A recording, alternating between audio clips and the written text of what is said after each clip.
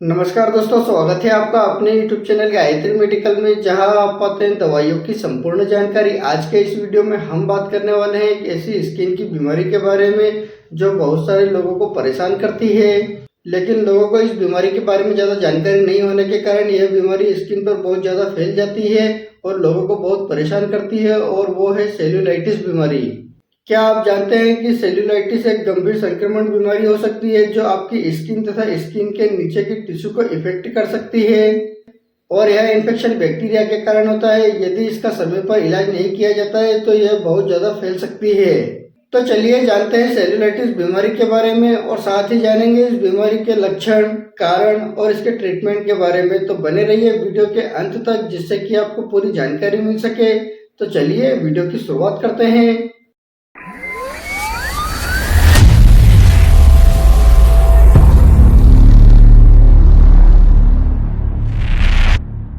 नमस्कार दोस्तों, सबसे पहले हम बात कर लेते हैं सेल्यूलाइटिस बीमारी क्या है।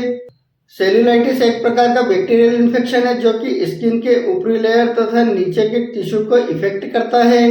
यह समस्या तब होती है जब बैक्टीरिया स्टेटोकोकस तथा स्टेफाइलोकोकस आपकी स्किन के छोटे से कट के रास्ते आपके शरीर के अंदर चले जाते हैं। जब बैक्टीरिया शरीर के अंदर जाते हैं तो स्किन के नीचे के टिश्यू को इफेक्ट कर देते हैं, जिसके कारण से स्किन पर दर्द, सूजन तथा रेडनेस हो सकते हैं। अब बात कर लेते हैं सेल्यूलाइटिस बीमारी के होने के क्या क्या सिम्टम्स दिखाई देते हैं। तो ऐसे में अफेक्टेड एरिया पर रेडनेस होना, स्किन पर सूजन आना, स्किन पर तेज दर्द होना, इस इन्फेक्शन के कारण कभी कभी तेज बुखार आना, ठंड लगना, कमजोरी तथा थकान महसूस होना, ये सारे लक्षण दिखाई देते हैं। यदि इसका समय पर इलाज नहीं किया जाता है तो ये और भी फैल सकता है और भी खतरनाक हो सकता है। यदि आपको ये लक्षण दिखाई देते हैं तो आप अपने डॉक्टर से जरूर कंसल्ट करें। अब बात कर लेते हैं सेल्यूलाइटिस बीमारी के होने के क्या क्या कारण हो सकते हैं। तो इसके कुछ मुख्य कारण होते हैं, जिसमें चोट या कट होता है जो बैक्टीरिया को शरीर के अंदर जाने का रास्ता देता है। इसके अलावा स्किन पर सूजन या जलन की कंडीशन होना, जैसे एक्जिमा, एथलेट फुट फंगस, इन बीमारी के बड़ा कारण हो सकता है। कमजोर इम्यून सिस्टम वाले लोग, जैसे डायबिटीज के पेशेंट, कैंसर तथा HIV के पेशेंट, इनमें भी यह समस्या होने का ज़्यादा खतरा होता है। यदि आप आपकी स्किन पर घाव या चोट को नज़रअंदाज करते हैं तो आप भी इस बीमारी की चपेट में आ सकते हैं। इसी कारण से यदि आपकी स्किन पर किसी भी प्रकार का घाव है तो उसकी साफ सफाई रखना बहुत ज़्यादा जरूरी होता है। इसी कारण से डॉक्टर द्वारा उसे साफ सफाई करना और उस पर पट्टी बांधने की सलाह दी जाती है। अब बात कर लेते हैं, यदि आपको सेल्यूलाइटिस बीमारी हो जाती है तो आपको क्या करना चाहिए, और जब आप डॉक्टर के पास जाते हैं तो डॉक्टर द्वारा क्या इलाज किया जाता है। यदि आपको सेल्यूलाइटिस बीमारी हो जाती है तो आप सबसे पहले डॉक्टर से मिले, और जब आप डॉक्टर से मिलते हैं तो आपको कुछ मेडिसिन दी जाती है, जिसमें आपको एंटीबायोटिक दवाइयाँ दी जाती है, दर्द तथा सूजन की दवाइयाँ दी जाती है। एंटीबायोटिक के रूप में आपको 2 से 3 प्रकार की अलग अलग दवा होती है, जैसे एमोक्सिलिन क्लेविनेट कॉम्बिनेशन की टेबलेट, सिफेरोक्सिम टेबलेट, सिप्रोफ्लॉक्सासिन की टेबलेट। इन तीनों में से किसी एक मेडिसिन को आपको दिया जाता है और इसे सुबह शाम खाना खाने के बाद लेने की सलाह दी जाती है। और यदि किसी व्यक्ति को ज़्यादा प्रॉब्लम होती है तो उसे सुबह, दोपहर, शाम दिन में 3 बार भी दिया जा सकता है।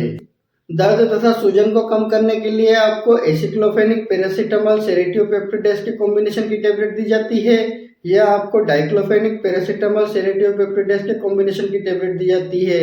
इस टेबलेट को भी दिन में 2 बार, या किसी व्यक्ति को ज़्यादा प्रॉब्लम होती है तो उसे सुबह, दोपहर, शाम दिन में 3 बार भी दी जा सकती है, और इसे खाना खाने के बाद लिया जाता है।